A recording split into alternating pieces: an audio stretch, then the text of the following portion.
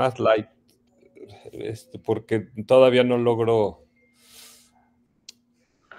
hacer la otra sesión, la que vamos a necesitar, pero esta va a ser de preparación. Va a ser muy interesante esta sesión. Vamos a continuar este repaso de las... Pero, bueno, ya no tanto el repaso, sino más bien el cómo prepararnos para cruzar el río, cómo evitar caer en los dos extremos. Eso es lo que vamos a ver hoy. La vez pasada vimos la montaña de la sabiduría y vimos que pues había que, para cruzar del otro lado necesitamos las dos verdades, los 16 aspectos de las 4 nobles verdades y los 4 sellos. Pero antes de poder cruzar el río tenemos que evitar caer en estos dos extremos. Que es donde hemos caído todas las vidas y esta misma vida, soltar las posiciones extremistas de los tirticas. Y todos somos tirticas de una u otra manera. A veces nos jalamos más hacia un extremo y a veces más hacia el otro extremo. Entonces, ¿cómo soltar estas? Es lo que vamos a ver ahora. Entonces, vamos a empezar esta sesión. Primero vamos a conectar con nuestra motivación, de por qué estamos aquí en esta sesión, por qué estamos en esta vida, qué nos queremos llevar de esta vida cuando inevitablemente tengamos que partir. Y lo mejor que nos podemos llevar de esta vida son nuestros 3 amigos mentales, o los 3 factores mentales. Drampa, que es la atención. Shishin, que es el estado de alerta. Y Solva, que es el esfuerzo. Entonces, y claro, esto depende mucho de todo esto de nuestra motivación, ¿no? Y si no puedo hacer nada más, lo mejor que puedo hacer en esta vida es ser lo más éticos posibles y ser lo más generosos posibles. O sea, la generosidad y la ética es quizás la primera base de nuestra motivación y son la puerta del camino espiritual. Pero lo que nos va a ayudar mucho son el entrenar la atención, la alerta y el esfuerzo. Entonces, vamos a conectar un minuto con estos 3 amiguitos mentales. Y la atención es, ¿dónde ponemos la atención? Normalmente tenemos una mente dispersa. Entonces, esta atención generalmente la podemos poner en 3 cosas. O en estado mental 1, la atención está en todo. Es una mente distraída, dispersa, y se considera que nada es distracción. O sea, tenemos que estar con un ojo en el gato y otro en el garabato. Entonces, para sobrevivir. Y lo voy a poner acá en color violeta, que es una mente así más dispersa. En estado mental 2 tenemos que tener un solo objeto, es atención unipuntual. Un objeto, ¿no? Es en estado mental 1 en todos los objetos, y en estado mental 3 ahí la atención está en la mente y sus objetos. O sea, regresamos un poquito aquí como a estado mental 1, nada más que ahí tenemos más atención y más alerta, ¿no? Aquí en esta parte. O sea, ahí ya se sumaron Drampa y Sheshin y Solva. Están ahí trabajando. Entonces, vamos a poner toda la atención ahorita primero en un objeto, que puede ser el punto blando, el punto de contacto. Al inhalar, cuando entra el aire, toca un lugar de nuestras narinas, de nuestra nariz, se siente más fresco ahí, se siente una ligera presión. Vas a ponerlo ahí por 21 respiraciones. Empezamos. Inhalo, pongo toda la atención en el punto de contacto, en el punto blando. Exhalo, llevamos 1. Inhalo, ponemos toda la atención en el punto de contacto. Exhalo, llevamos 2. Inhalo, pongo toda la atención en el punto de contacto. Exhalo, llevamos 3. Y así seguimos hasta 21 respiraciones, cada quien a su ritmo.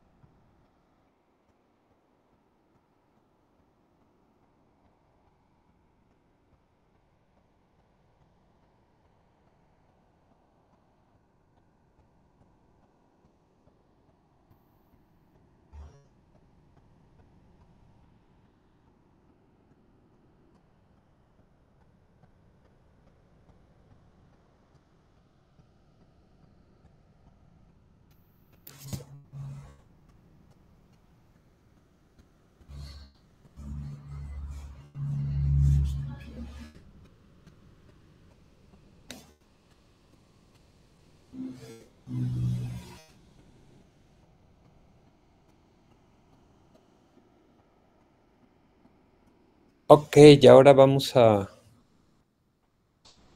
hacer 21 respiraciones, pero ahora en Vipassana, en la base de Vipassana, en el cuerpo de la respiración, en los 6 momentos de cada respiración, 3 al inhalar, 3 al exhalar. Empezamos. Y podemos usar un mala para ir llevando la cuenta o usar nuestras falanges.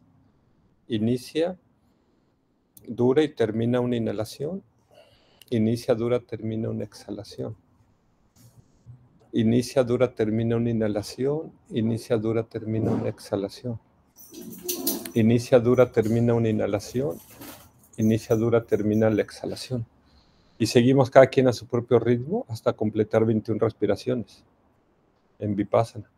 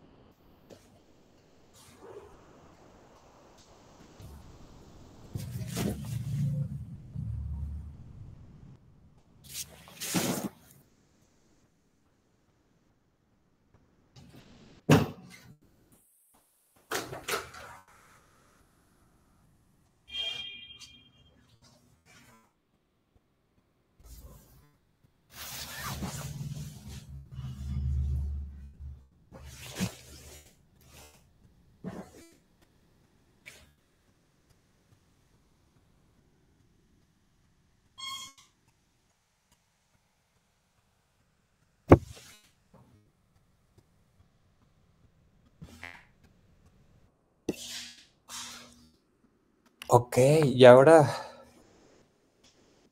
vamos a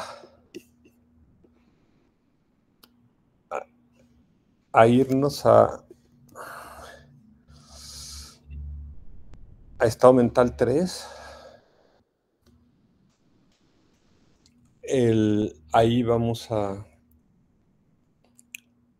mover la atención hacia la mente y sus objetos, pero antes tenemos que entrar a este cubito, que es la primera dimensión. Primero anclamos la atención al elemento tierra, a cualquier punto de contacto de nuestro cuerpo con el piso o con el sillón o con el cojín de meditación.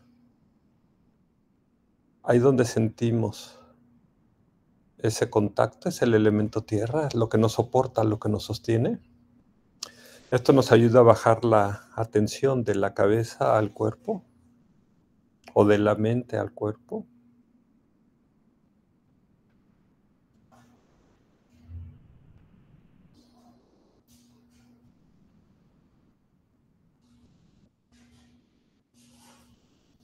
Y como solo podemos tener la atención en el elemento tierra, en el momento presente, esto nos ayuda a traer nuestra mente al aquí y a la ahora.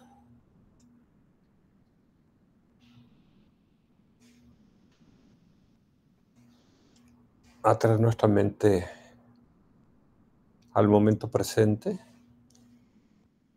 Soltamos el pasado, soltamos el futuro. Y yo digo, nos metemos en este cuartito aburrido, como cuando está el psicólogo con su paciente y le pregunta: ¿ese dinosaurio del que me estás hablando se encuentra aquí en nuestro cuarto con nosotros? No, entonces suéltalo. Entonces suelta todo. Cualquier persona que venga a tu mente, cualquier situación, cualquier problema. Si no está aquí en tu cuarto, suéltalo. Y quédate solamente con estas 4 paredes, el techo, el piso. Solo este espacio, lo que hay en este espacio y lo que hay en este momento. O sea, suelta todo el universo y quédate solamente aquí, en este cuartito aburrido.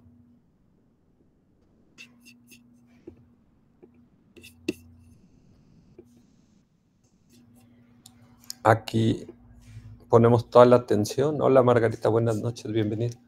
Entonces pon toda la atención en el momento presente, en el aquí y en el ahora.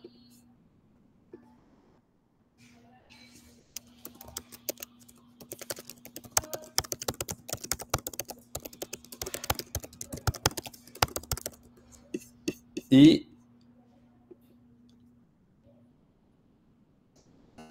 ahora entramos a la segunda dimensión de este cubito.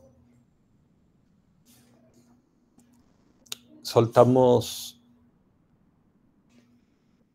todos los objetos de los sentidos, cerramos la puerta de los sentidos. No la podemos cerrar literalmente, pero simplemente observamos cualquier objeto y lo soltamos. No nos enganchamos con ello, no nos vinculamos con ello. No nos vinculamos con ella. Y volteamos la mente hacia adentro. La hacemos centrífuga. Pasamos de centrífuga a centrípeta la mente. Y nos salimos del río de pensamientos, emociones.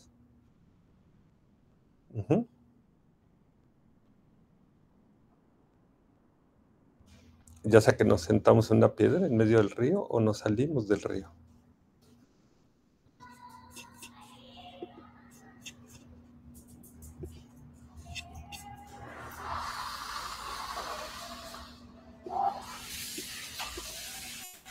Okay.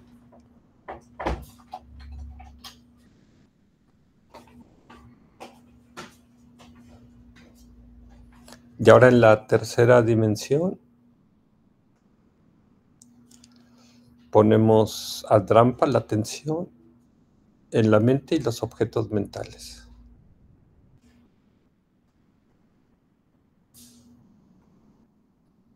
Ya activamos a Shishin, el estado de alerta.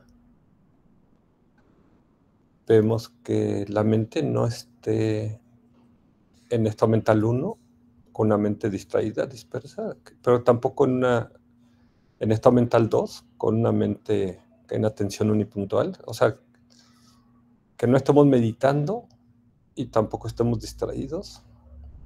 Entonces ese es el trabajo de Shishin, como vigilante, como observador, como un policía de nuestra mente.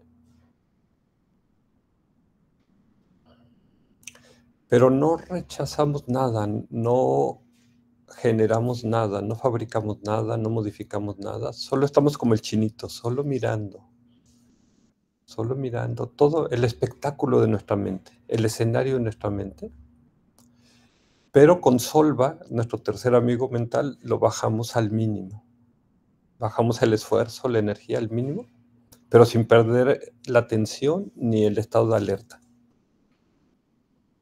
Y moramos en ese estado, que es el estado mental 3, que normalmente se llama en inglés Open Awareness, o en español conciencia abierta, o a veces se le llama el estado de no meditación.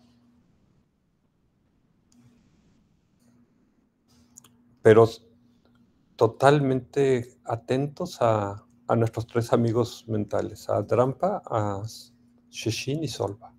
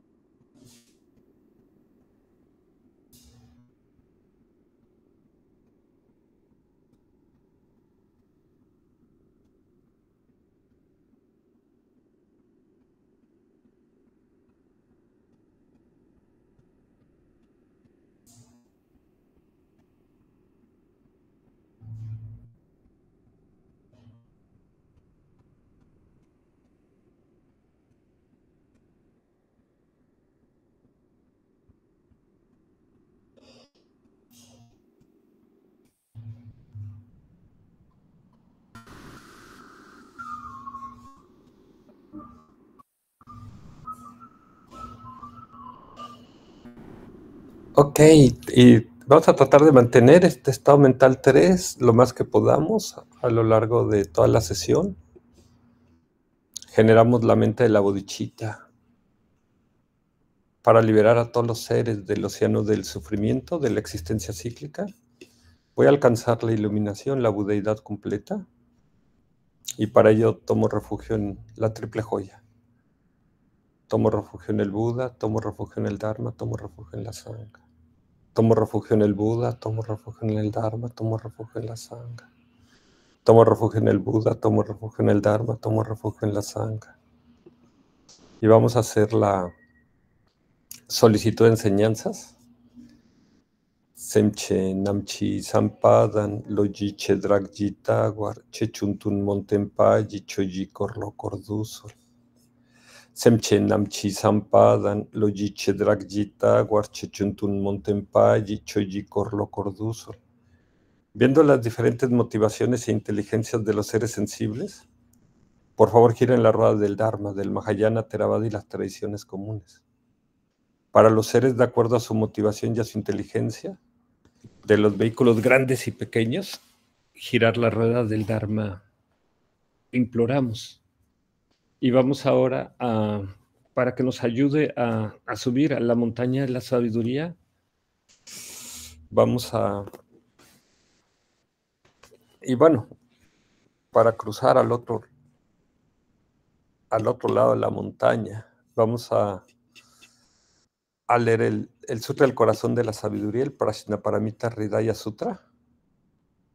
No sé si alguien lo quiera leer.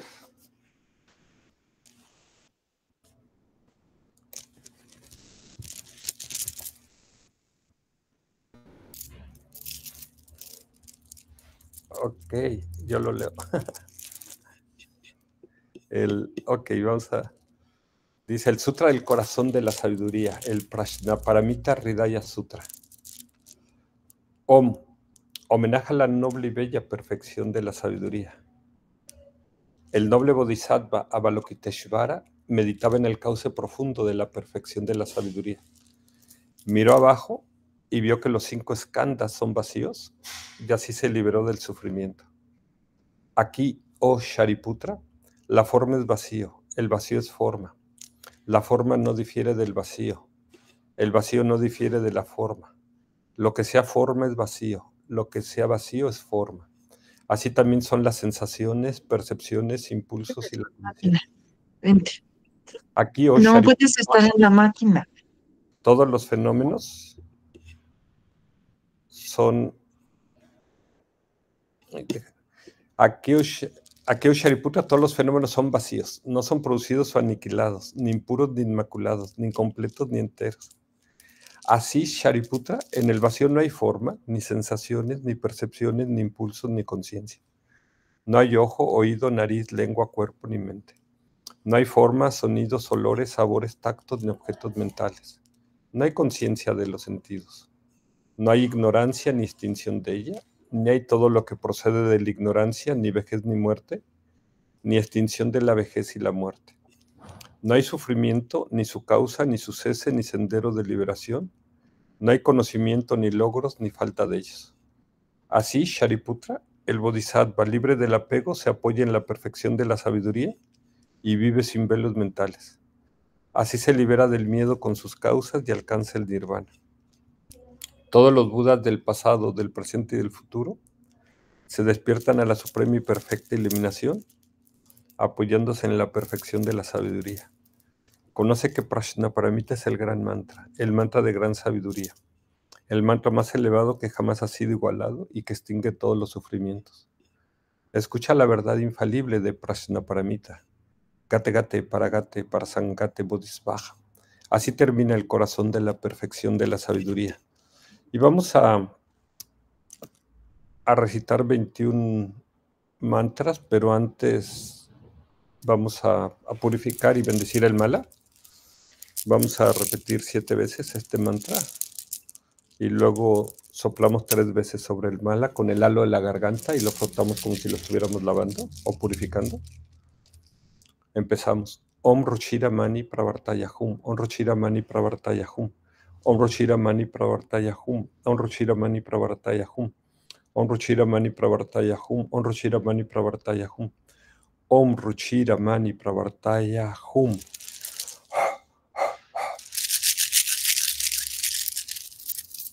Ok. Y ahora vamos a recitar 21.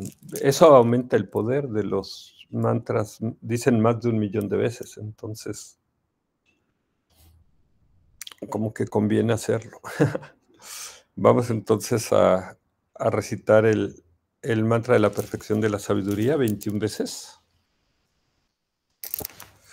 Tayata Om Gate Gate Paragate Parasangate Bodhisvaha. Tayata Om Gate Gate Paragate Parasangate Bodhisvaha. Tayata Om Gate Gate Paragate Parasangate Bodhisvaha. Tayata Om Gate Gate Paragate Parasangate Bodhisvaha. Tayata Om Gate Gate Paragate Parasangate Bodhisvaha. Tayata Om Gate Gate Paragate Parasangate Bodhisvaha. Tayata Om Gate Gate Paragate Parasangate Bodhisvaha. Tayata Om Gate Gate Paragate Parasangate Bodhisvaha. Tayata Om Gate Gate Paragate Parasangate Bodhisvaha. Tayata Om Gate Gate Paragate Parasangate Bodhisvaha.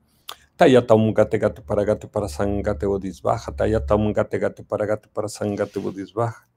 Tayata Om Gate Gate Paragate Parasangate Bodhisvaha. Tayata Om Gate Gate Paragate Parasangate Bodhisvaha. Tayata Om Gate Gate Paragate Parasangate Bodhisvaha. Tayata Om Gate Gate Paragate Parasangate Bodhisvaha. Tayata Om Gate Gate Paragate Parasangate Bodhisvaha. Tayatam gate gate parasangate bodhisvaha. Tayatam gate gate parasangate bodhisvaha. Tayatam gate gate parasangate bodhisvaha. Tayatam gate gate parasangate bodhisvaha. Ok, y cuando recitamos mantras podemos hacerlo en 3 estados mentales. Si lo hacemos en estado mental 1, pues la mente está recitando el mantra, pero está distraída con miles de pensamientos, emociones, sensaciones, etc. En estado, o sea, es, por ejemplo, que lo estoy recitando, Tayatam gate gate parasangate bodhisvaha, pero estoy pensando en el súper o en el trabajo o en una fiesta, ¿sí? En estado mental 2 subo el esfuerzo y dicen los tibetanos que es como que persiguieras palabras, ¿no?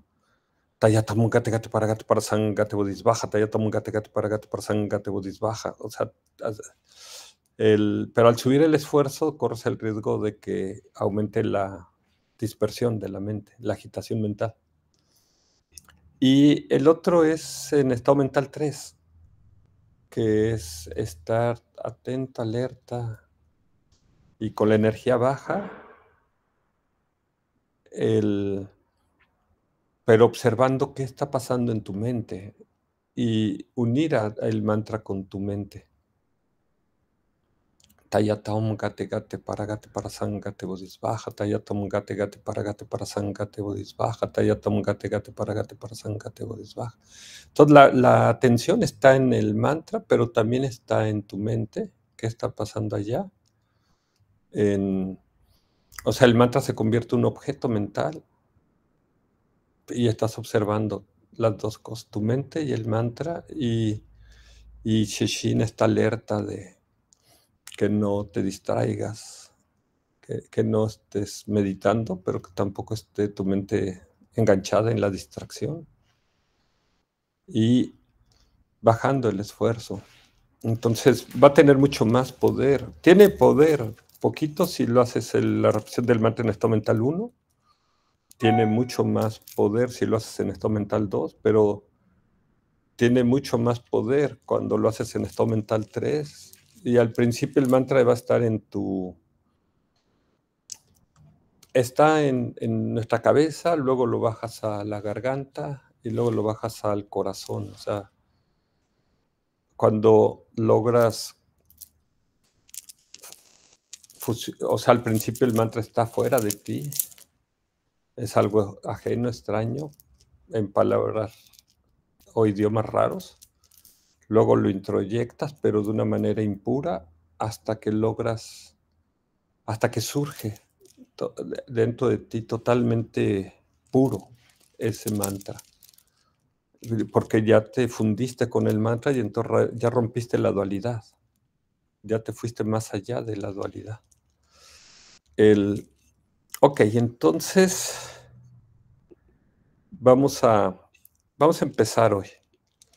La vez pasada hablamos un poco de esta montaña de la sabiduría.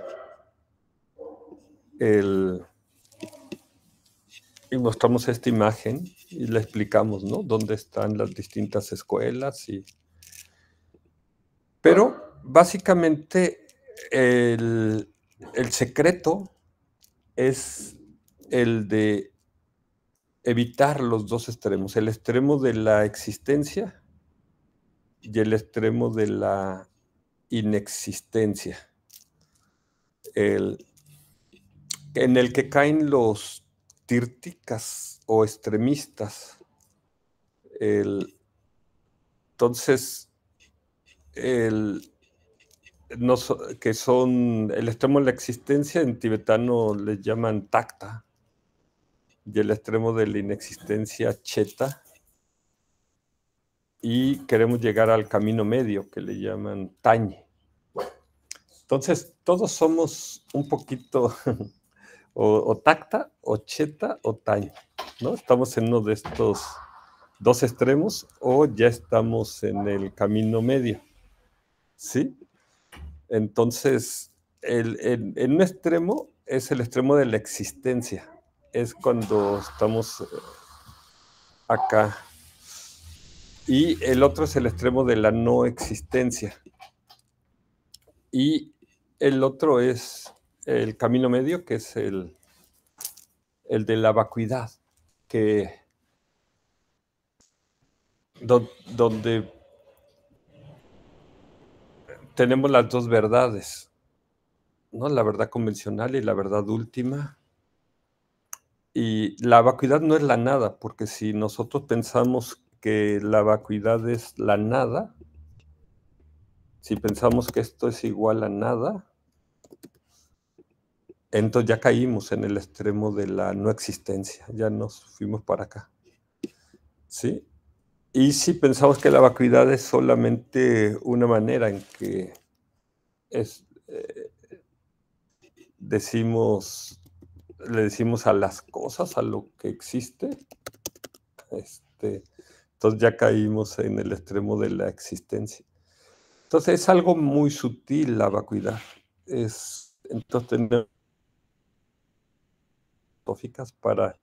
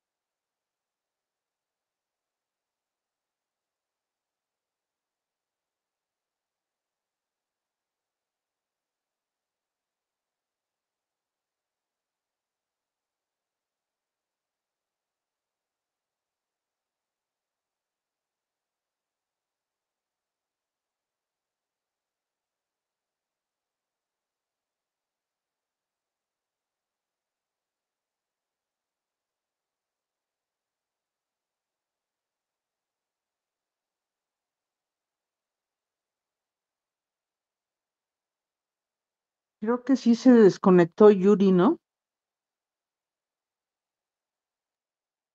Sí, sí, ha de haber fallado su conexión, su internet.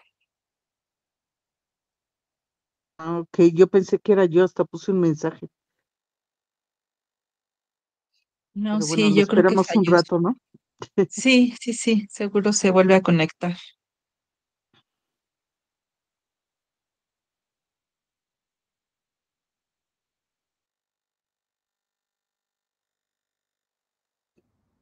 Ok, creo que se cayó mi conexión a internet. Sí, Sí, ya te oímos. Ok, ya estoy acá de regreso. Es que como ando fuera, entonces... Ok, los charvacas me desconectaron, yo creo. Ok, entonces, decíamos los cheta, en tibetano, ¿no? Tacta y cheta son en tibetano. Sí, Miriam, adelante. Pero no estamos viendo nada, no estás proyectando. Ah, gracias, gracias. A ver, ahí va. Ok, ahora sí. Sí, ya iba. Sí, gracias. Ok. Ah, bien, entonces decíamos, gracias. Entonces, hay gente de nosotros venimos de la tradición judeo-cristiana, la mayoría, entonces somos tacta. Pero, pues, la gente los zurdos que le llaman ahora, o los escépticos o comunistas son más cheta. Hoy día en el mundo hay más chetas, ¿no? Que tactas, quizás. Les decía que en la antigüedad los cheta eran minoría, ¿no? Pero hoy día no, hoy día han aumentado. Entonces, ellos rechazan toda causalidad, así como la transmigración. En este caso es la transmigración de las almas, ¿no? Destruyendo el espíritu con la muerte. Ellos creen en la aniquilación, ¿no? En este sistema los fenómenos son puramente accidentales y la única realidad es la proporcionada por las percepciones de los sentidos. Entonces ellos no creen mucho en las especulaciones filosóficas, creen que es una pérdida de tiempo, creen que todo eso es creado por nuestra mente solamente. Entonces, si no soltamos estos dos extremos, jamás vamos a poder entrar al camino medio, a Tañi, ¿sí? Esto es, entonces, antes de cruzar el puente, acá que habíamos puesto aquí, este puente acá de los 4 sellos o de las 2 verdades o necesitamos esto para poder cruzar del otro lado, pues necesitamos primero soltar estos dos extremos, soltar el extremo de la existencia y soltar el extremo de la inexistencia. Si no, ni siquiera podemos entender o cruzar estos puentes. Entonces, ¿cómo evitamos los dos extremos? Acá se dice que hay dos extremos. Perdón, se dice que de estos extremos hay de dos tipos. El extremo de la conducta, que es quizás el más fácil de entender, y el extremo de la visión, que es más difícil. Los extremos, quizás poner los extremos de la conducta y los extremos de la visión. Entonces, es más fácil entender el extremo de la conducta que el extremo de la visión. Hay otros extremos, por ejemplo, en meditación, ¿no? Cuando caemos en sopor o en dispersión, son dos extremos. Entonces también el camino medio se usa ahí. De hecho, el camino medio de la meditación es el estado mental 3, el que hicimos hace rato. Pero básicamente, cuando se habla de estos extremos, se hablan más bien de estos dos, porque podríamos poner aquí ese tercero, que no lo vamos a hablar ahorita, que es los extremos de la mente, que son estos, ¿no? El estado mental 1 y el estado mental 2, esos son los extremos, y el camino medio es el estado mental 3. De hecho, el Buda fue lo que le permitió alcanzar la budeidad, fue el estado mental 3. Pero ahorita vamos a hablar nada más de los dos primeros, del extremo de la conducta y los extremos de la visión. Y de hecho, nos vamos a centrar básicamente ahorita más en el extremo de la conducta. Entonces, de estos extremos, el extremo de la conducta es caer en el extremo de los placeres de los sentidos o caer en el extremo de las austeridades y las dificultades. El extremo de la visión fue lo que hablamos hace un momento, el extremo del absolutismo o eternalismo o existencialismo, de un Dios, un alma, o el extremo del nihilismo, de la aniquilación. Entonces, pensé que para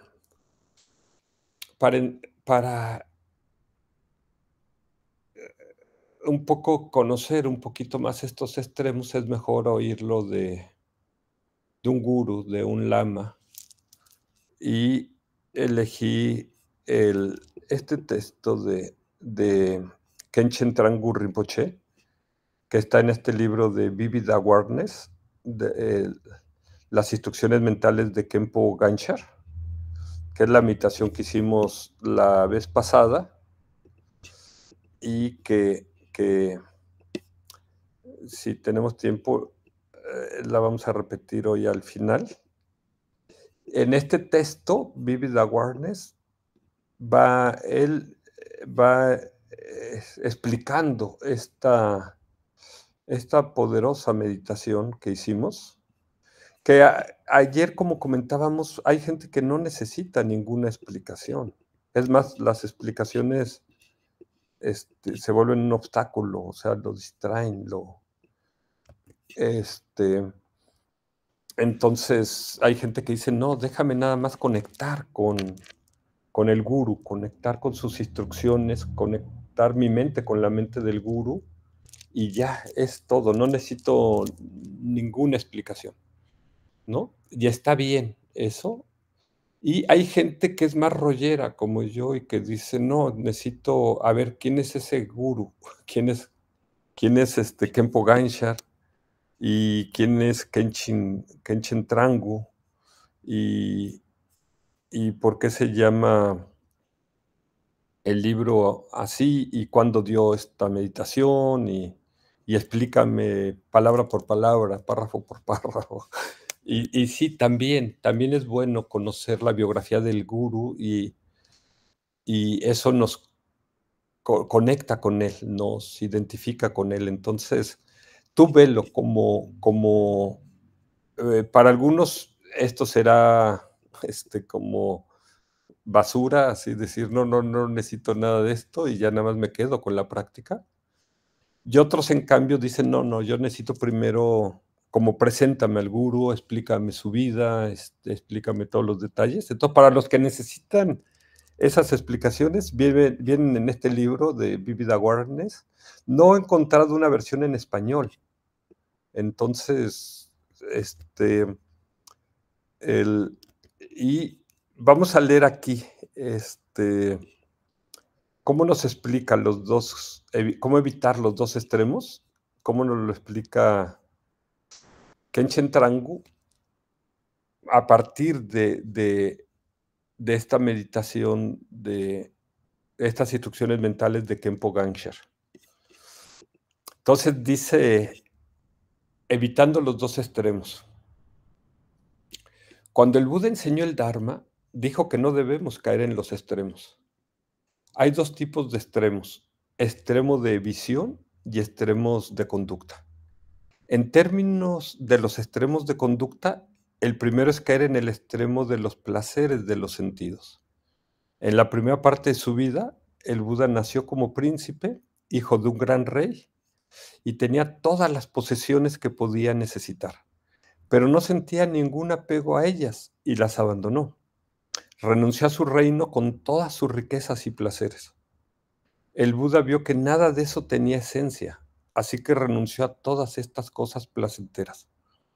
Esto ilustra el no caer en el extremo de los placeres de los sentidos. El segundo extremo que hay que evitar es el de las austeridades y las dificultades. Después de dejar el palacio, el Buda pasó 6 años practicando austeridades en el bosque. Durante ese tiempo tomó muy poca comida y agua. Simplemente practicó. Se esforzó con determinación por desarrollar su meditación mediante austeridades y dificultades. No se lavaba, simplemente se sentaba allí a practicar. Sin embargo, después de 6 años, se dio cuenta de que estas austeridades no lo llevarían a la budeidad, sin importar cuánto las practicara. Y en ese momento las abandonó. Comía, bebía agua y se bañaba, evitando los extremos de las austeridades que no podían llevarlo al despertar completo. Durante el tiempo en que practicaba austeridades, el Buda tenía un grupo de discípulos que más tarde se conocerían como el buen grupo de los 5. Cuando el Buda abandonó las austeridades, al principio no lo entendieron. Habían pensado que la forma en que practicaba tales austeridades era maravillosa. Había sido tan diligente. Luego pareció como si se desanimara y las abandonara. Cuando comenzó a comer de nuevo, se sintieron decepcionados y se rebelaron. Lo dejaron pensando que nunca más tendrían nada que ver con él. Es importante que evitemos los extremos de las austeridades o de los placeres sensoriales. Ninguna de estas dos cosas nos llevará a la budeidad. Lo que nos llevará allí es domar nuestra propia mente.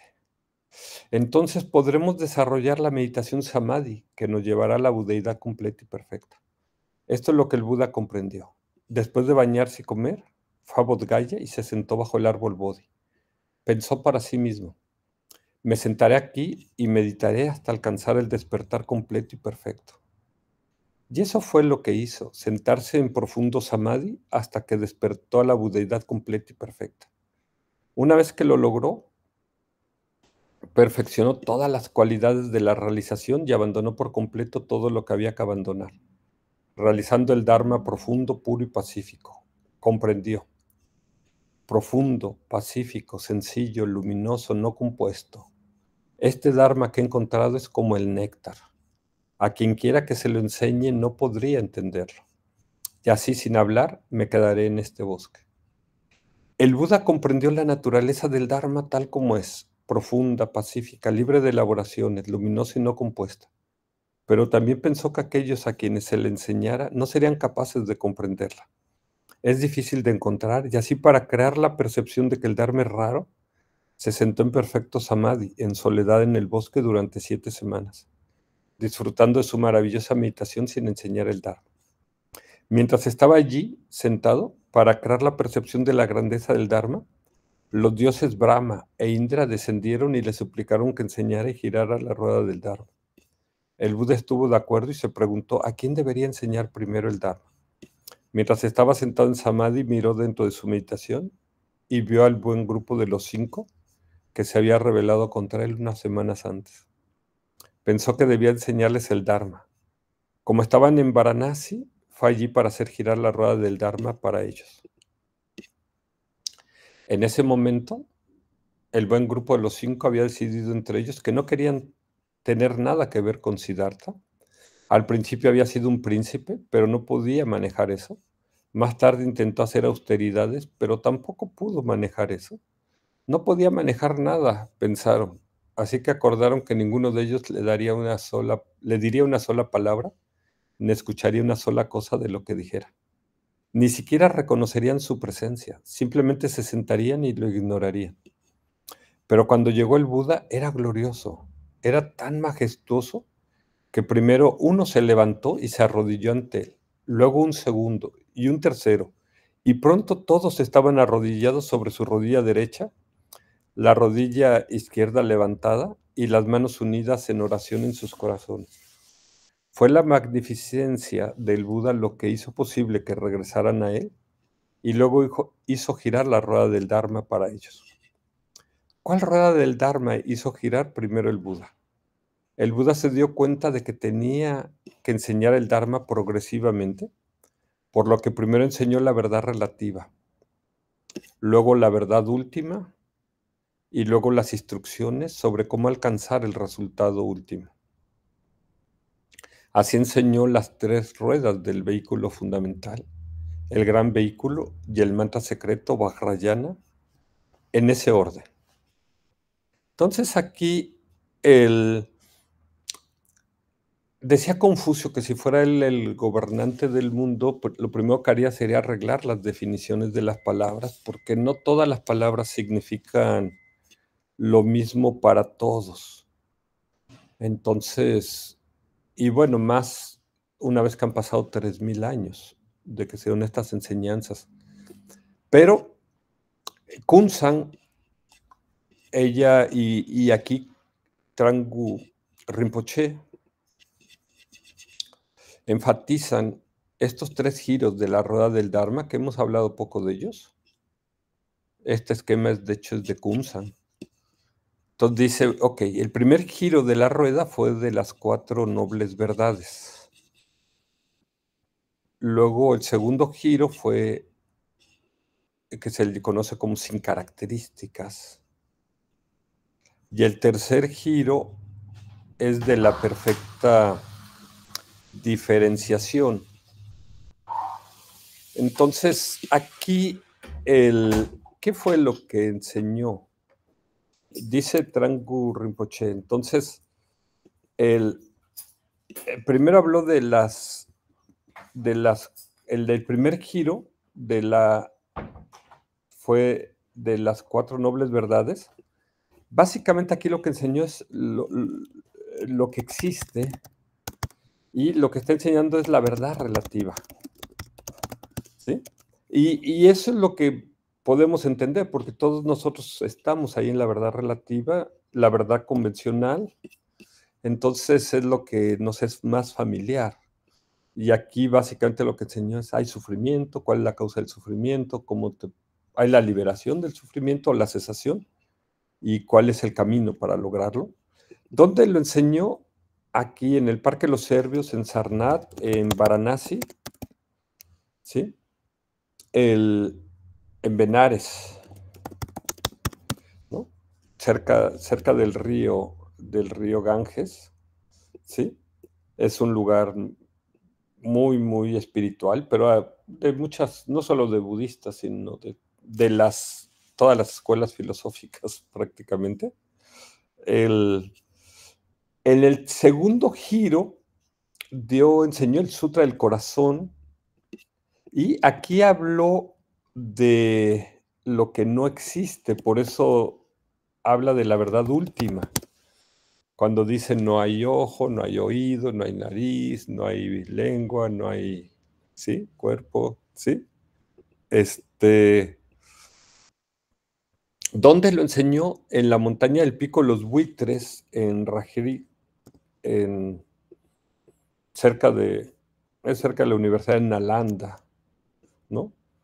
Entonces, y esto causó, como dice Kunsan, causó mucha confusión, porque varios discípulos le decían al Buda, oye Buda, primero nos dijiste lo que existe, luego nos dijiste que nada existe.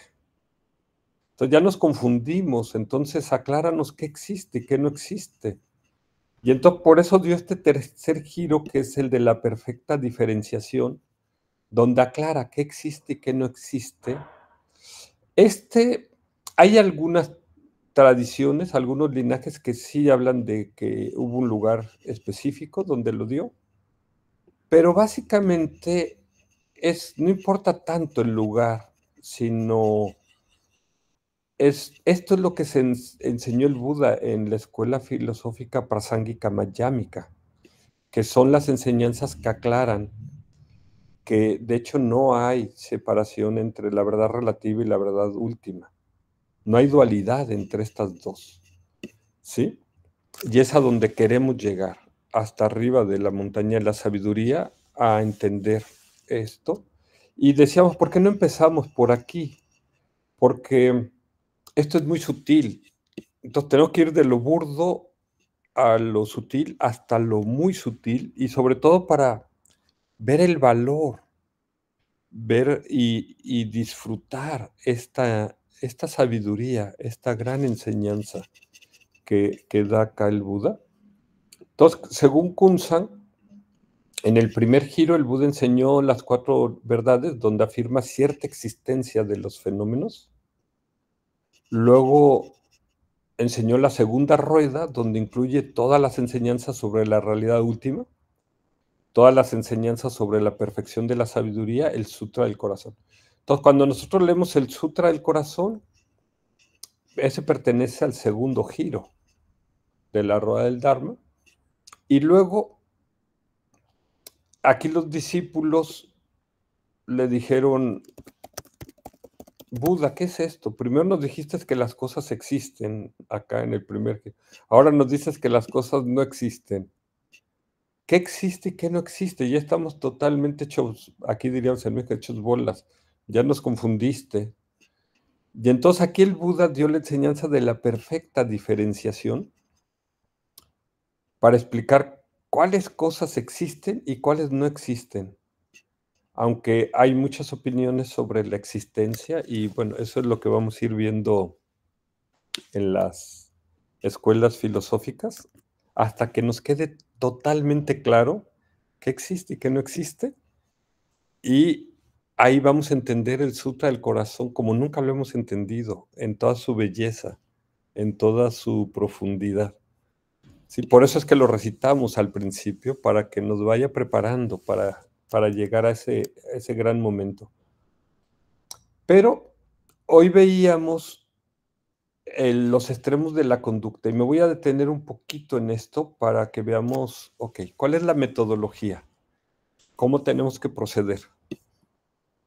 Entonces, primero el príncipe Siddhartha Gautama, hijo del rey Suddhodana, de la reina Mahadevi, que murió a los 7 días que él nació, y lo cuidó su madrastra, la hermana de la reina Mayadevi. Él estuvo 21 años y aquí, con la meditación que hicimos hoy, él estaba aquí en estado mental 1. Sí, lo voy a poner acá. Aquí, él estaba aquí en estado mental 1, con una mente pues distraída, pues con los juegos, con los placeres, con la riqueza, con las enseñanzas mundanas, y las enseñanzas militares, Luego de ahí, él se fue a los 29 años, él renuncia al reino, y entonces él se convierte en asceta, que es la tradición de los jainistas, de la cuarta escuela filosófica, que ellos pensaban que practicando austeridades era que puedes purificar el karma. Y sí lo puedes purificar, pero también corres el riesgo de morirte, como estuvo el rey. Y aquí vemos que el mismo asceta estuvo equivocado. Él practicó austeridades, dice, como quizás nadie más las haya practicado en este mundo. Llegó un momento en que comía solamente un granito de arroz, a veces hojas que caían de los árboles, y pensó un momento en dejar de comer, pero dicen que los dioses le dijeron que no iban a permitir que se muriera de hambre y que si él no comía le iban a inyectar la comida. Y entonces él dijo, no, pues sería hipócrita que yo dijera que estoy practicando austeridades y los dioses me están alimentando. Entonces dijo, bueno, ok, nada más va a comer un granito de arroz. Pero dicen que ya la piel del estómago tocaba su espalda prácticamente, o sus vértebras, ¿no? De tan flaco que estaba. Y es cuando un día va aquí al río Narayana, que es igual de ancho que el río Ganges, pero hay épocas del año que nada más hay riachuelos. Por eso, de hecho, aquí en el lecho del río ponen estas sábanas a secar o la ropa a secar aquí, y bueno, caminan vacas y ovejas y todo. Y de hecho, el río debe de ir por aquí, son como un riachuelitos, y fue a beber agua o a lavarse, no sé. Y uno de esos riachuelitos lo tiró porque ya estaba tan débil, y entonces él ya se dio cuenta de que su cuerpo pues ya no le ayudaba a su meditación. Y dicen que fue cuando pasó esta barca ahí y el maestro con sus discípulos que iba iban tocando, creo, la vina, le llaman a un instrumento de cuerdas, y lo estaban afinando, y el maestro dijo, si las cuerdas están muy rígidas se van a romper, y si están muy flojas no van a sonar. Tienen que estar en el justo medio, en el punto medio. Y ahí fue cuando él tuvo el insight del camino medio.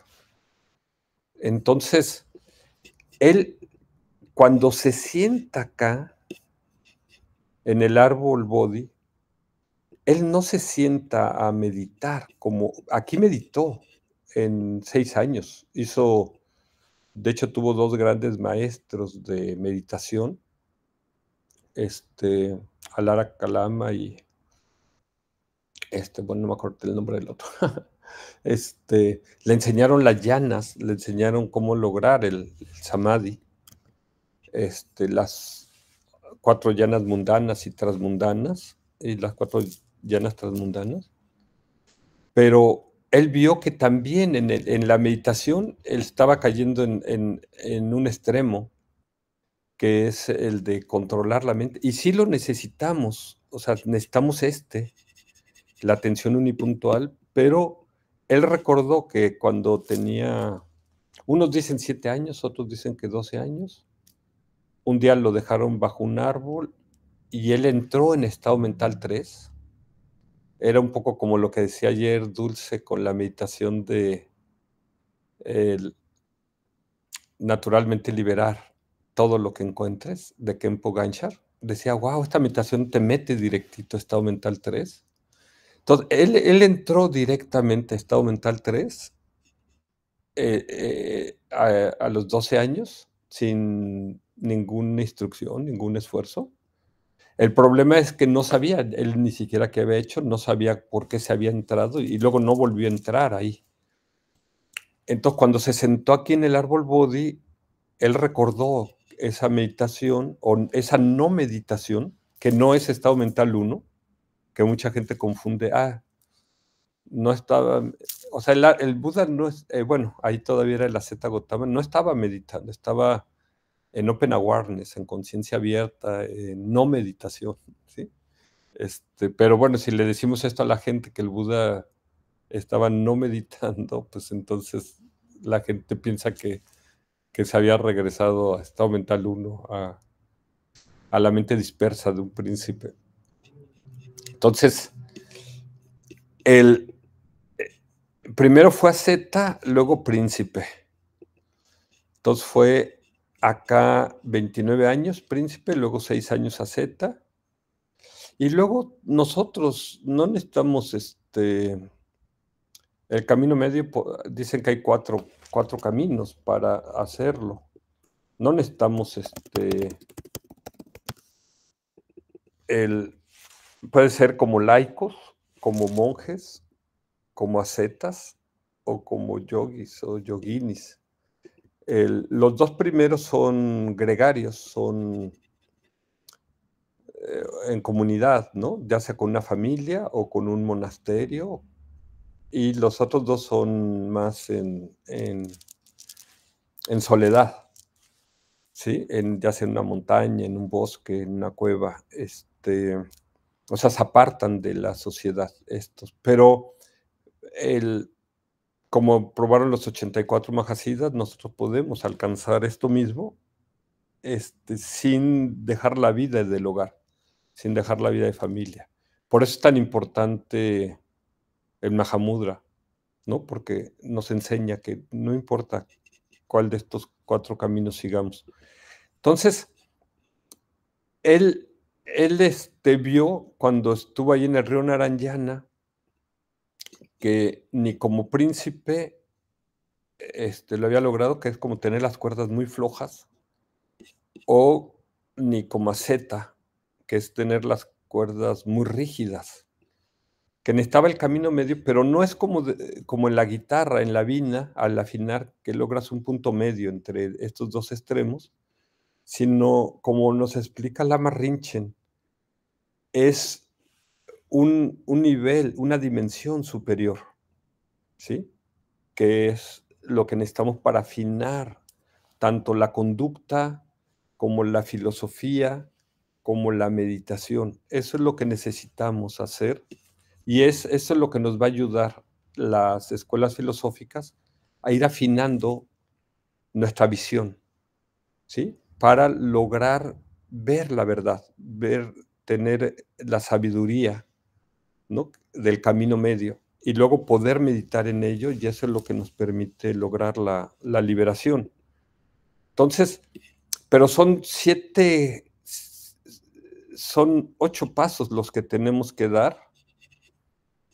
Primero tenemos que ver un extremo, por ejemplo, el extremo de príncipe, el otro extremo de asceta, luego cuáles son las desventajas o lo negativo de ser príncipe, y luego cuál es lo positivo de ser príncipe, luego lo negativo de ser asceta, y luego lo positivo de ser asceta, y luego ver qué tienen en común. Esto es muy importante porque nosotros normalmente caemos en los extremos. Y esto nos ayuda a tener una mente menos extremista. ¿Sí? Es como si tuviéramos tesis, antítesis y tratamos de lograr una síntesis entre ambas, pero esto todavía va más allá de la síntesis, porque normalmente la tesis, si lo hacemos en la tesis y antítesis, si yo tengo aquí la tesis y tengo acá una antítesis, la antítesis niega la tesis, ¿no? Esta es la antítesis. Y luego aquí tratamos de llegar a una síntesis, ¿no? Que de alguna manera concilia estas dos visiones de la tesis y la antítesis. Pero acá en el camino medio, nosotros no negamos la tesis con la antítesis, sino que tratamos de ver en qué se parecen, qué tienen en común la tesis y la antítesis, ¿sí? Y a veces es difícil ver porque aquí, como decíamos, bueno, aquí es si lo hacemos en el caso de la conducta, en este caso, aquí tiene riquezas y lujos y tiene excesos, ¿no? Podríamos decir. Y en cambio, acá, como asceta, tiene privaciones. Tiene el ayuno, ¿no? Entonces parece todo contrario. Entonces uno dice, ¿qué puede haber en común entre estos dos extremos? No hay nada, ¿sí? O sea, parece como que habláramos de la noche y el día, de lo blanco y lo negro. Entonces, ¿qué tienen en común el negro y el blanco? Pues uno diría pues que los dos son colores, aunque hay gente que diría que no son colores, que el blanco y el negro, sino la ausencia de color o lo asume todos los colores, ¿no?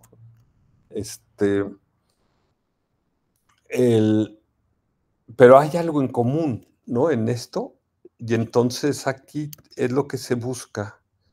Entonces, nosotros partimos de, ok, una Z. Bueno, voy a empezar con el príncipe. Un príncipe es la complacencia en los placeres sensuales, y en cambio una asceta es la adicción a la mortificación. Y entonces el mismo Buda en el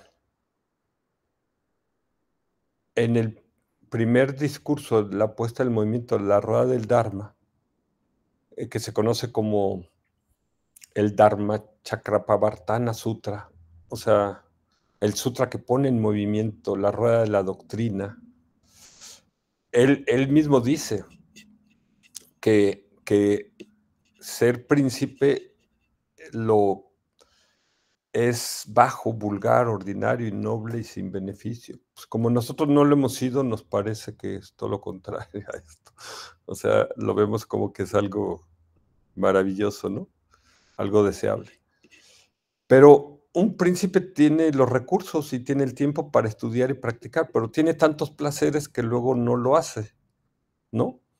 Entonces hay muchas obligaciones o distracciones. Entonces, y una asceta, el mismo Buda dice, esto es doloroso, innoble y sin beneficio. Y él sabe de lo que está hablando, porque él lo hizo 6 años en extremo.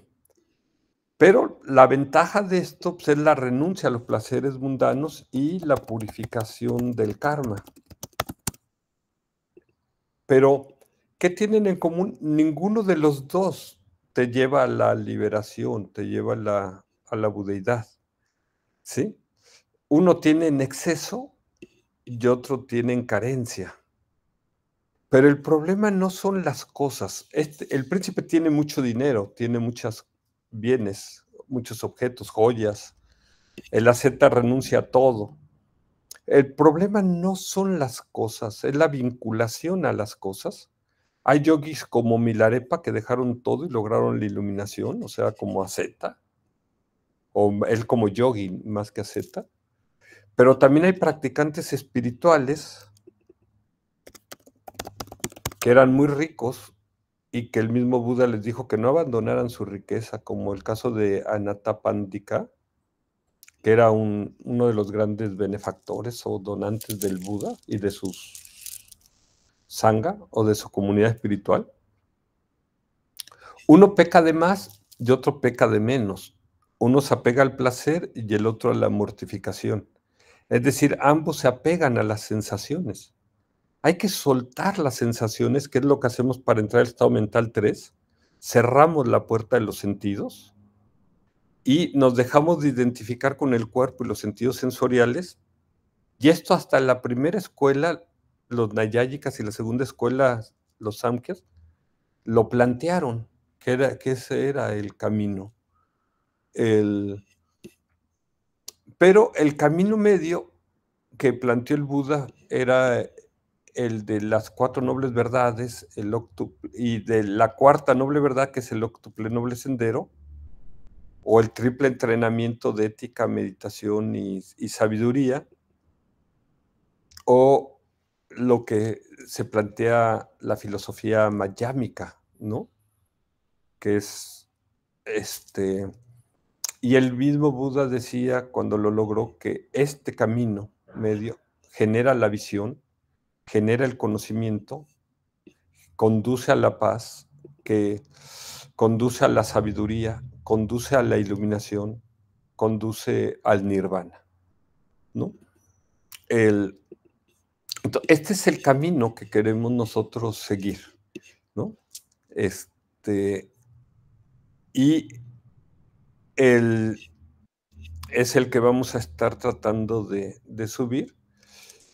Pero antes de subir a eso, para concluir, para ver las diferencias desde un punto de vista todavía de la verdad relativa, quise compartirles este cuadro de las principales creencias de las escuelas filosóficas.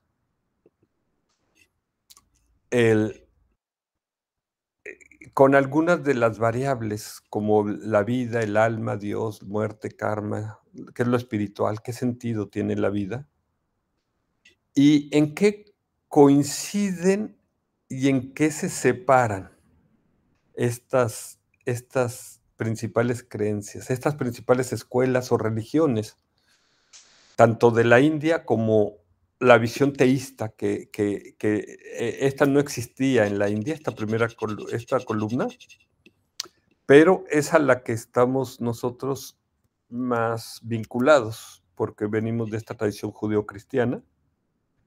Entonces, este cuadro va a ser interesante, es como un acordeón. Si hiciéramos un examen, pues este cuadrito lo necesitaría. Entonces, ¿qué dice la visión teísta? Ellos dicen que sí hay un Dios, que sí hay un alma, que no existen vidas antes ni después de esta, pero sí existe la vida eterna, y después de esta vida me voy al cielo o al infierno, según cómo me haya comportado, ¿sí? Entonces, pero puedo arrepentirme, si me porté mal, puedo arrepentirme en el último momento de mis pecados, ¿sí? Para ellos no existe el karma, existe el pecado, pero no el karma. Sí existe lo espiritual, hay un mundo espiritual que es Dios, el Dios Padre, Dios Hijo, Dios Espíritu Santo. Están ahí los santos, los arcángeles, incluso los demonios. Y el sentido de la vida es ir al cielo para unirte a Dios, ¿sí? Es el sentido de la vida. Aquí, déjame decirte, lo más importante es qué es lo que tú crees, cuál es tu visión, ¿sí? Y date cuenta nada más, o sea, ve diciendo, no, yo sí creo en Dios, ok, yo sí creo en el alma, yo no creo en el karma, sí creo, ¿sí?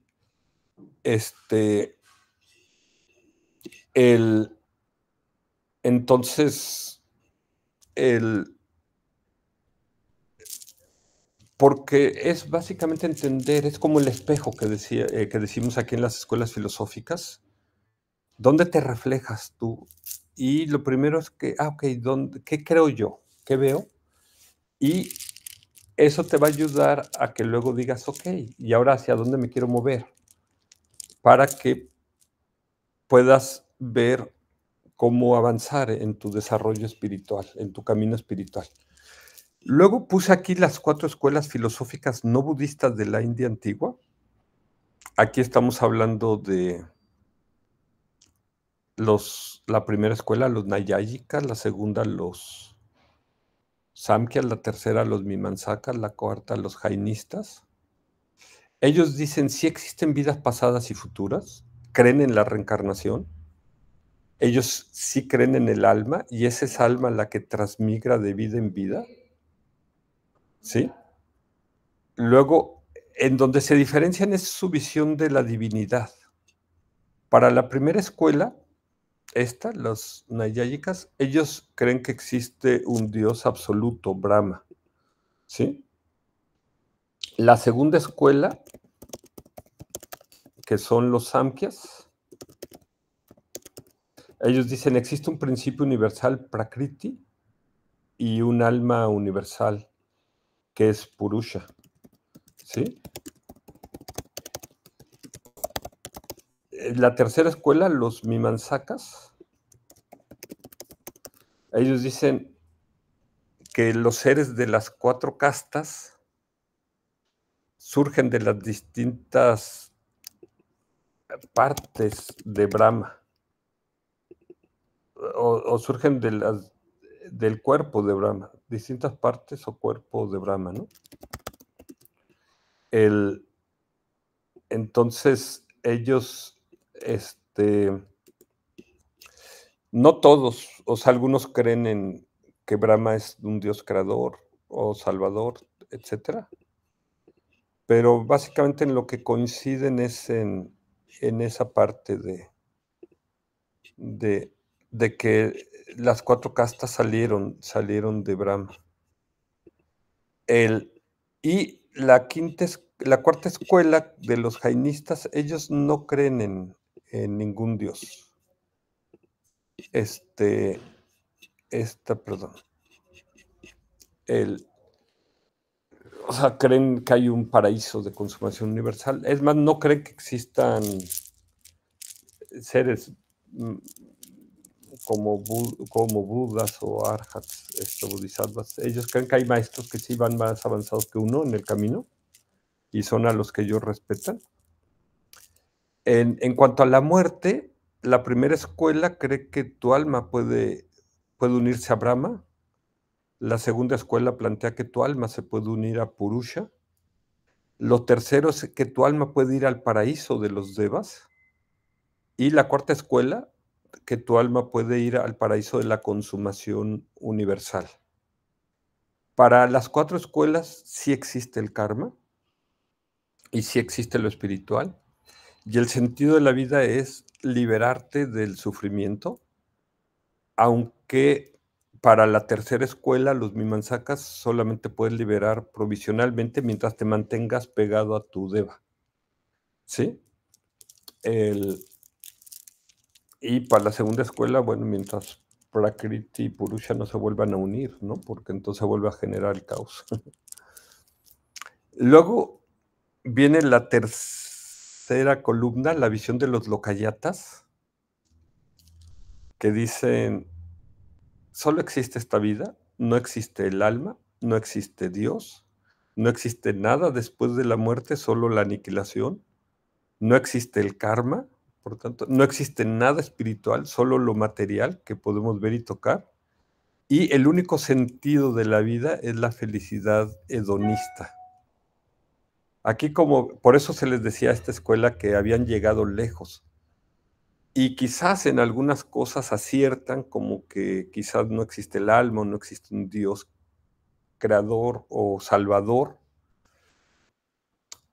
pero se equivocan al pensar que no existe el karma y que no existe el renacimiento. Y se equivocan al pensar que el sentido de la vida es solamente la felicidad hedonista. Esto les lleva a no tener temor de un Dios, no tienen temor del karma, y entonces lo único que los controla es su autocontrol, es su conciencia, su dignidad personal, pero están en la cuerda floja y de ahí pueden pasar al cinismo. Por eso muchos de ellos caen en la mentira, caen en la corrupción, creen que son los salvadores del mundo, pero en realidad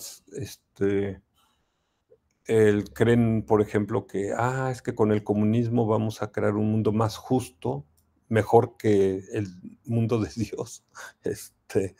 Pero luego acaban, son comunistas de closet, son de champaña y de caviar. O son Entonces, como Elon Musk. ¿cómo? O son como Elon Musk. Sí, caen en los dos extremos, en el capitalismo o en el comunismo, ¿sí?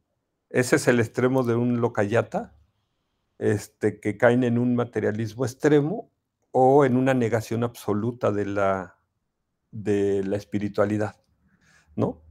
Y todos tenemos un poco ahí, ¿eh? Yo les digo que yo fui Lokayata, buena parte de mi vida, entonces ve viendo de esta tabla, ok, yo en esto sí coincido o en esto no, ¿sí? En esto soy como Elon Musk, en esto soy como Carlos Marx, ¿sí? En esto soy como teísta, en esto soy como las escuelas filosóficas de la India antigua. Y ahora vamos a ver las 4 escuelas filosóficas budistas.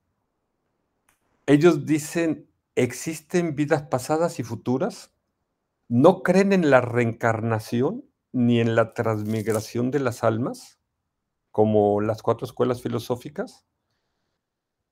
Creen en el renacimiento porque hay un flujo eterno de momentos de conciencia que pasa de vida en vida, ¿sí? Entonces, hay esta diferencia entre reencarnar y renacer. Porque ellos, para las 4 escuelas filosóficas budistas, no existe el alma. Entonces, ¿qué es lo que reencarna? ¿Sí? Es ese flujo de conciencia.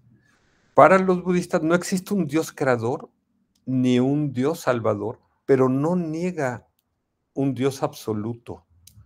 O sea, el Buda nunca negó a Dios, pero tampoco lo afirmó. Es lo que este filósofo Penniker habla sobre el silencio del Buda. El Buda decía, si te sirve creer en Dios para tu desarrollo espiritual, adelante. Es como la visión teísta. Si prefieres no creer en Dios y eso te ayuda a ser mejor persona, más generoso, más ético, entonces cree en ese Dios absoluto. Entonces, digamos que ese Dios está más allá de nuestra comprensión, está más allá de nuestra razón.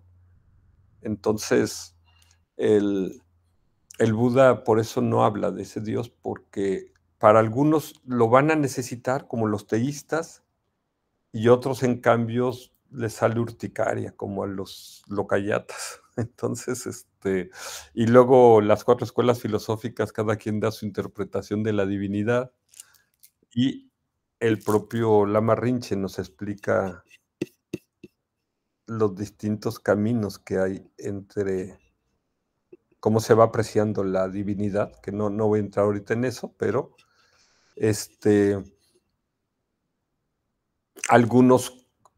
para algunos, los budas son como Dios, y otros dicen, no, pues ya estás cayendo en la visión teísta. Entonces, es un tema que ha dado muchas discusiones y las va a seguir dando ahí, pero esto nos ayuda un poco a ver que hay distintas visiones de la divinidad, y quizás lo más importante es que en estas escuelas es que da lo mismo si crees que existe Dios o no. Lo importante es que veas que no te va a salvar, que tú te tienes que salvar, que tú tienes que asumir tu responsabilidad y que tú mismo tienes que estudiar y practicar. Si existe o no, está bien, pero si existe no te va a salvar. Tú lo tienes que hacer el trabajo por ti mismo. Entonces, y ellos consideran que seguirá renaciendo en los 6 reinos del samsara, como infierno, preta, animal, humano, ashura o deva, hasta que obtengas la liberación. Para las 4 escuelas filosóficas budistas sí existe el karma y sí existe lo espiritual, y el sentido de la vida es liberarte del samsara, de esto que yo llamo la rosticería de pollos, que estamos girando ahí, a veces más cerca del fuego, a veces más lejos del fuego.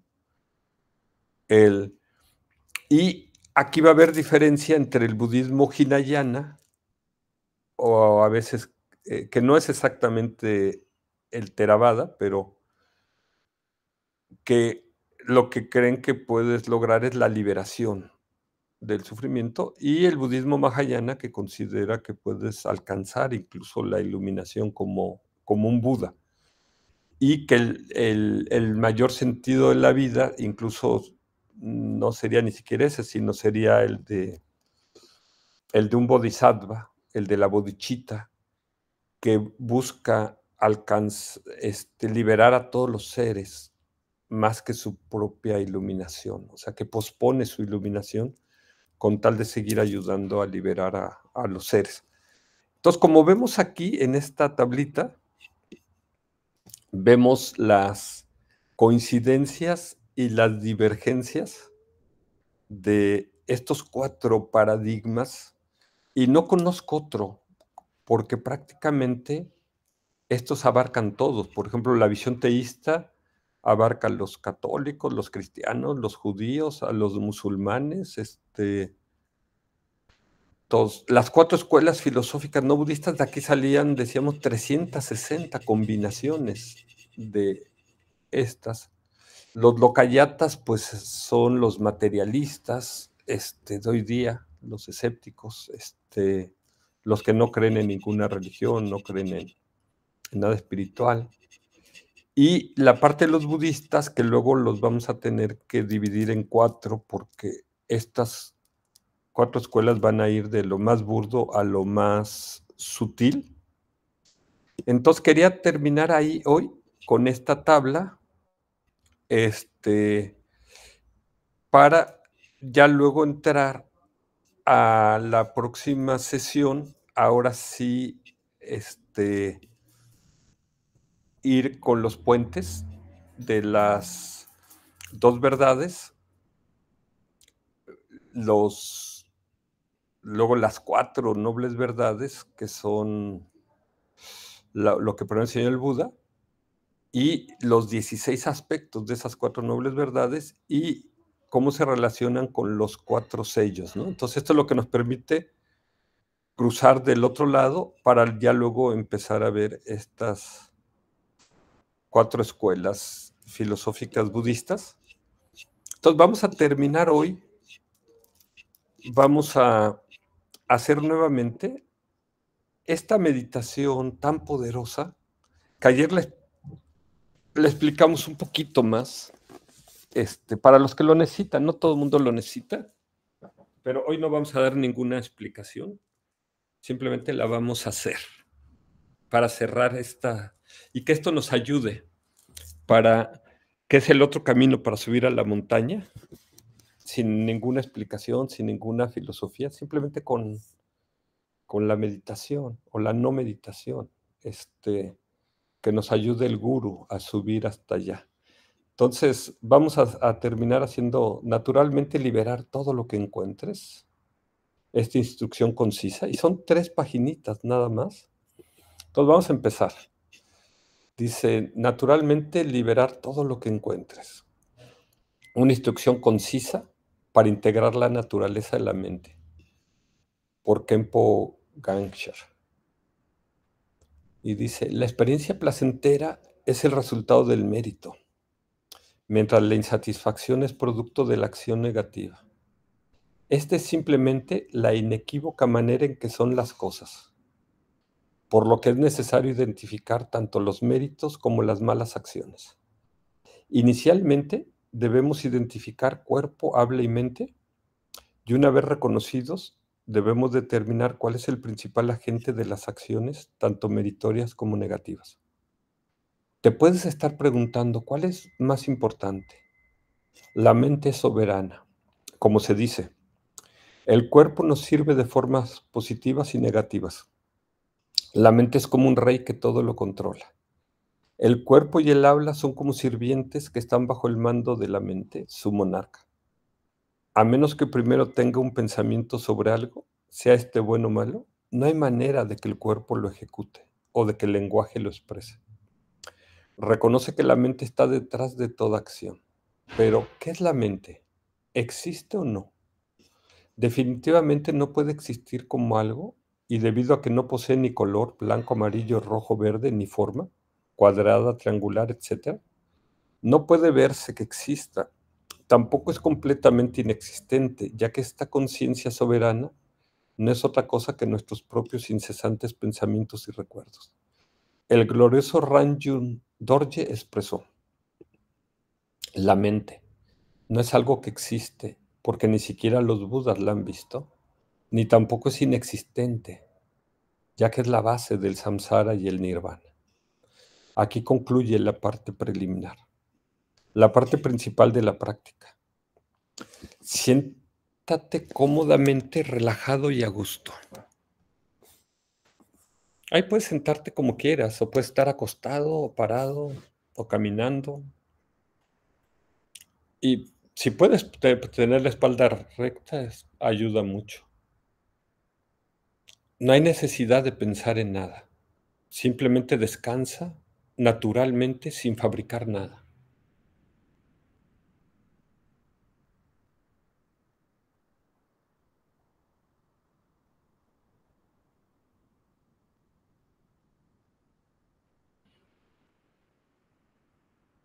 Abre tus ojos y observa el espacio.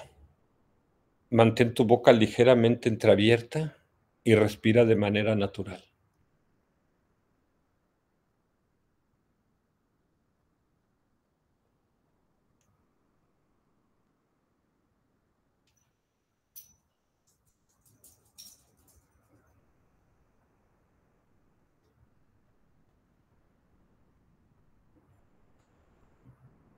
La naturaleza que experimentarás está libre de pensamientos, recuerdos o reflexiones sobre esto u aquello, sea placentero o no.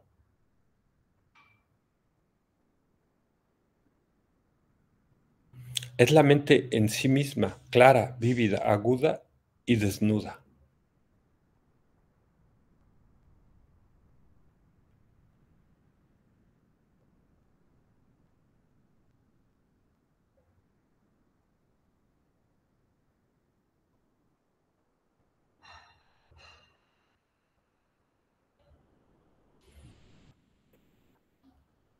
Esta es la naturaleza de la mente de todo ser sintiente, que es una con el corazón de la guía suprema, tu glorioso gurú, e indivisible de la sabiduría de los Budas de los 3 tiempos.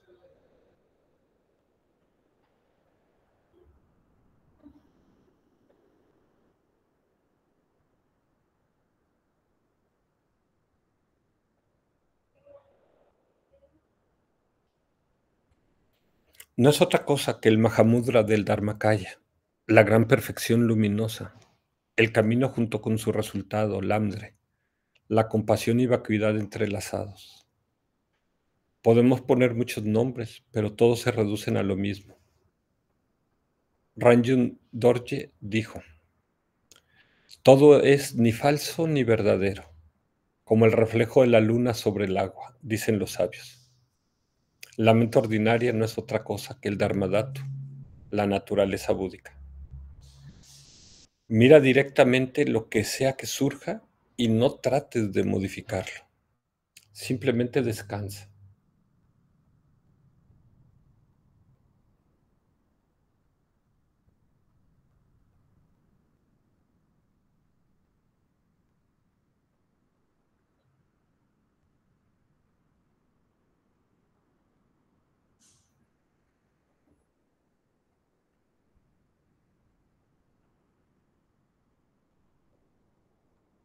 Todas las etapas de creación y culminación, repetición de mantras y visualización están incluidas en esto.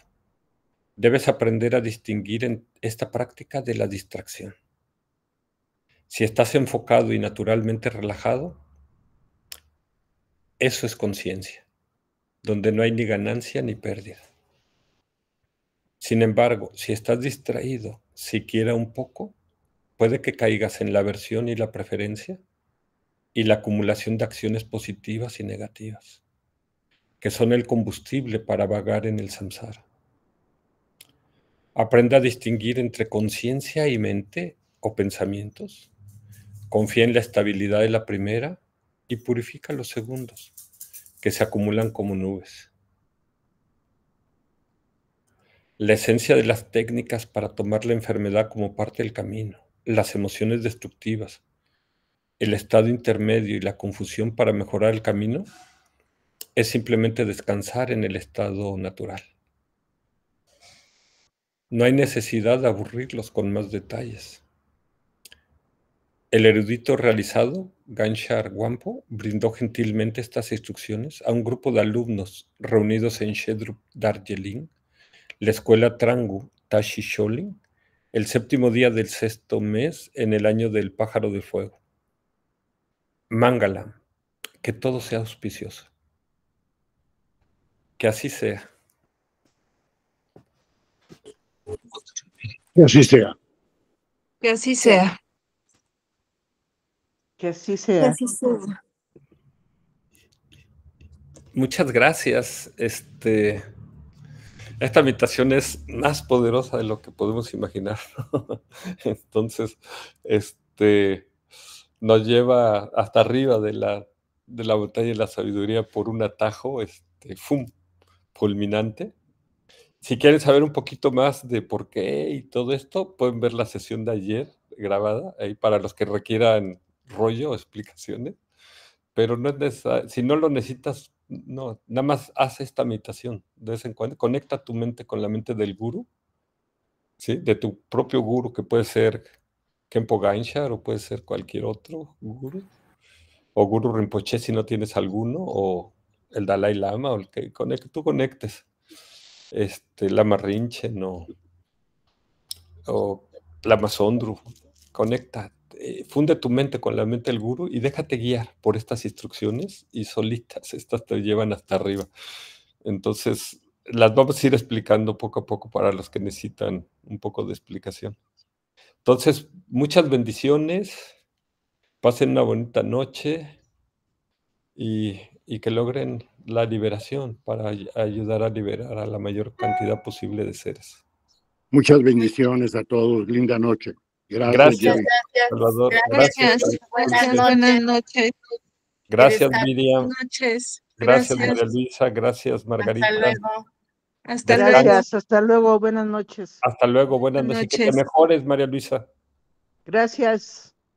Descansen. Veo tus remedios. Ok, de Bye. acuerdo. Un abrazo. Bye. Igual.